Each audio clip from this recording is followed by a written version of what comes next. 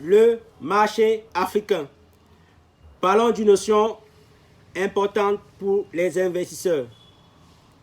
Quand vous nous contactez pour que nous puissions vous fournir la documentation sur la rentabilité des projets,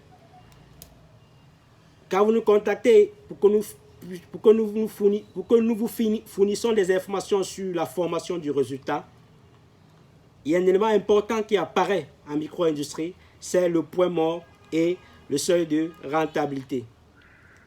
Pour une boulangerie, quel est le point mort? Pour une boulangerie, quel est le seuil de rentabilité?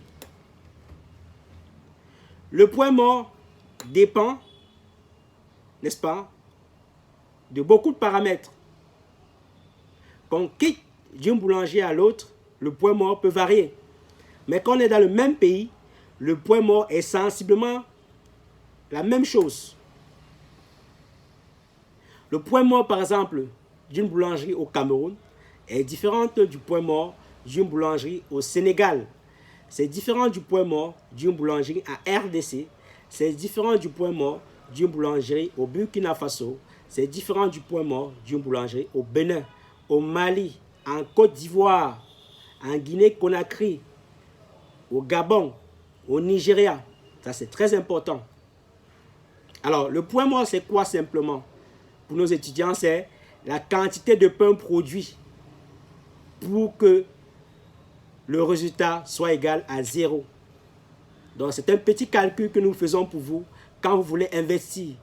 Quelle est la quantité de pain produit et vendu par la boulangerie pour que le résultat soit égal à 0?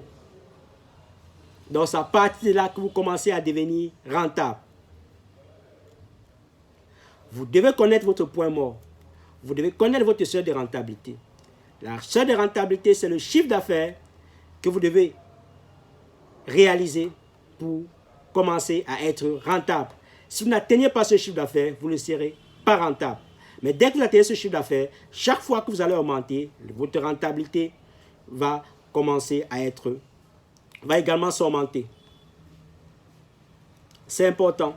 C'est une notion que nous mettons à votre disposition quand vous nous contactez. Merci.